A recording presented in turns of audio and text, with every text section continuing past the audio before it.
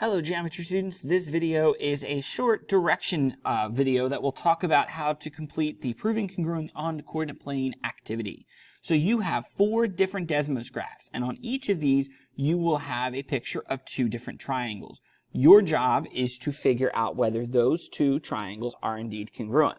So the formal definition of congruence is showing that we have all corresponding components of a shape are congruent to one another. So in a triangle, there are 6 total, 3 pairs of angles and 3 pairs of sides. And that's what we're going to be looking for and using the Desmos geometry tool to accomplish that. So I have an example problem. You don't have access to this one, but I'm going to pull it up and we're going to go through it together. So let's look at the drawing on Desmos. Here we go. So what I want to do is, first thing I'm going to do is try to measure all of the side lengths. So the easiest way to do that is over here we're going to type in distance, and I'll go ahead and start with AB. And so, it should be A comma B. Don't forget that with Desmos. All right, and then you type in distance, then we'll say B comma C. Make sure to use the capital letters like I just showed you there. And distance finally A comma C. So we have our distances here. 6.3, 5.6, 6.3. Oh, so what's interesting there is that the blue triangle, not what we're asking here, is an isosceles triangle. But keeping that in mind, let's go ahead and hop over here to the purple one. So we'll say distance of E comma D. Ooh, that's a good sign. Distance of E comma F. And finally, distance of D comma F. And what you should see here is that for the first 3, I got 6, 3, 5, 6, 6, 3, and 6, 3, 6, 3, 5, 6. So far, we're good to go. We have 3 pairs of sides. All of them are congruent. But the last thing we want to check are the angles. And there is a way to measure an angle here. So on the angle tool, if I want to measure angle A, I have to actually do 3 clicks to tell the calculator or Desmos how to do this. I would click on, well, first off, right there, if you hover over the triangle and you click on it, what's really nice about this is it goes ahead and tells you all of these. Now, if that doesn't work, some of these won't work that way. If it doesn't, what I would do to measure angle A is I'm going to type click C, then A, then B. So you have to use the 3-letter angle definition, then A, then B, then C, and finally B, then C, then A. Now I'm showing you both because some of the shapes in your diagram will not be colored, which means that we're going to have to measure the angles manually like I just showed you. So if you can hover over it like this, go ahead and click. If not, you'll just have to click, for example, F, D, E, then D, F, E, and finally F, E, and then D. Okay, so what we do is once you have all of this stuff on your screen, I would recommend taking a snip.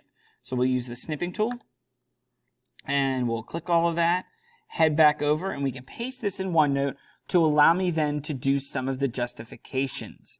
Because what I want you to do for these problems is once you've identified the pairs here that work, is let's write them out. Now, in a unique situation with isosceles, there actually are 2 correct answers because there are 2 sets of parallel sides, or not parallel, congruent sides. So in this case, we're just going to say, all right, well, AB is going to be congruent to, so let's see, in the other shape, AB would work with, we'll just say ED, okay? So we'll say ED. And then the next one is AC is congruent to, where's the other 6.3? That would be EF. Now, if you end up switching ED and EF on this one, guess what? It's okay because of what we just mentioned.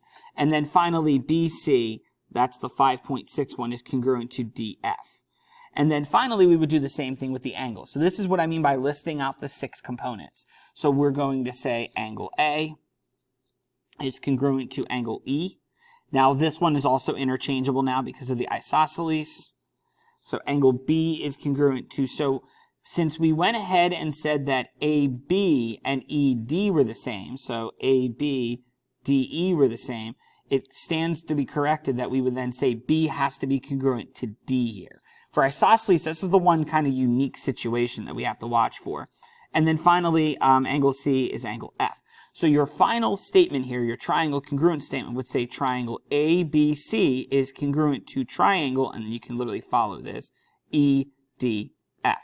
Now, if by chance, last thing I'll mention here is if by chance that we were back over on to the Desmos, let's go back over that, and let's say the shapes were not congruent. What if they were not congruent? So let's just say, for example, and I'm going to mess this drawing up, but let's say I move it here. You would still want to take the screenshot and still mark if anything was congruent. In this case, B, C, and D, F, I believe, are still going to be congruent to each other, but everything else isn't going to match. And that's what you would basically state. As soon as you find one component, one of the 6, that doesn't work, you automatically are going to say it is not congruent. So that's how this activity works, and do know that some of your problems will be congruent and some of your problems will not be congruent. So go ahead and hop into this activity and give it your best shot. Good luck.